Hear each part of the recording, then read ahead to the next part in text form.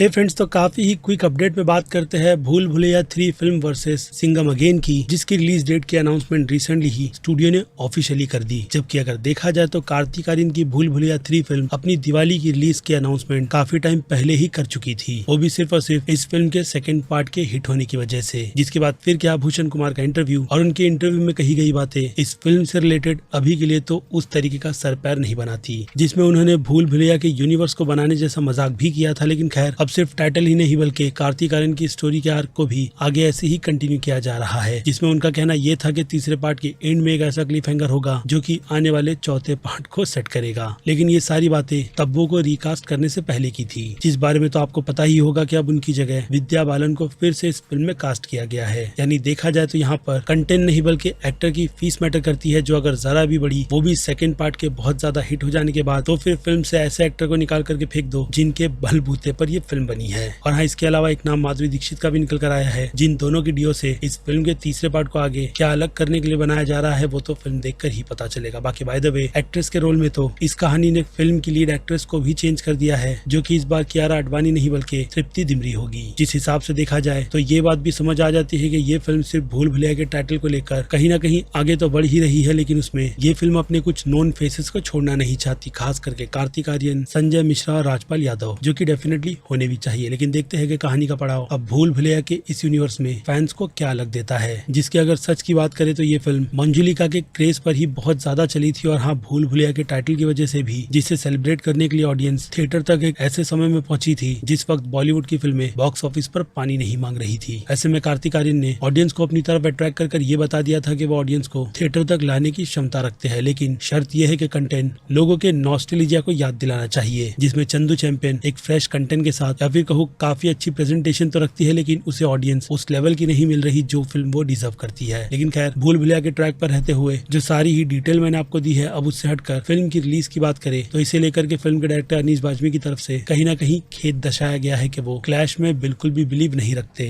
क्योंकि इससे जो फिल्म चलने भी वाली होगी उसे बहुत ज्यादा नुकसान होगा। और हाँ, खास करके वही फिल्म जिसकी पहले रिलीज डेट सेट कर दी गई थी। ऐसे में भूल भुलैया 3 अब जो भी है अपने कंटेंट के बलबूते पर ही चलेगी, यानी कि अपनी प्रेजेंटेशन पर, जिसमें सिंघम भी अपनी बड़ी कास्ट को लेकर के पीछे नहीं हटने वाली, जिसे लेकर के अच्छी खासी प्रिपरेशन भी की जा रही है। तो फिर ऐसे में मुझे लगता है कि भूल भुलैया की रिलीज डेट को लेकर के एक बार फिर से सोचा जाएगा, या फिर शायद से नहीं, जिसमें मेकर्स अभी फिलहाल तो शायद से क्लैश के मूड में लग रहे हैं। जो कि असल मायने में क्यों हो रहा है वो सारी ही चीजें मैंने आपको इसके पहले वाले वीडियो में एक्सप्लेन करके बताई थी। जो रीजन सिर्फ और सिर्फ पुष्पा फिल्म की रिलीज डेट की एक, वो कहते हैं ना कि रूमर से निकल कर आ गई है, जिस फिल्म पर अब तक मेकर्स ने पूरी तरीके से चुप्पी बनाए रखी है। बाकी लेट्स सी कि अब इन दोनों फिल्मों का टकराव होगा तो उसमें कौन सी फिल्म ज्यादा बाजी मारती है और कौन सी सिर्फ एक प्रॉफिटेबल फिल्म बनकर रह जाती है, जिसकी सारी ही डिटेल मैंने आपको इस वीडियो में काफी अच्छी तरीके से एक्सप्लेन करने की कोशिश की है। जिन सब पर अब आपकी राय कमेंट सेक्शन में। बाकी मैं हूँ Aziz, movie stock show channel like share subscribe भूलना मत। मिलूंगा जल्दी दूसरी किसी वीडियो में। Till then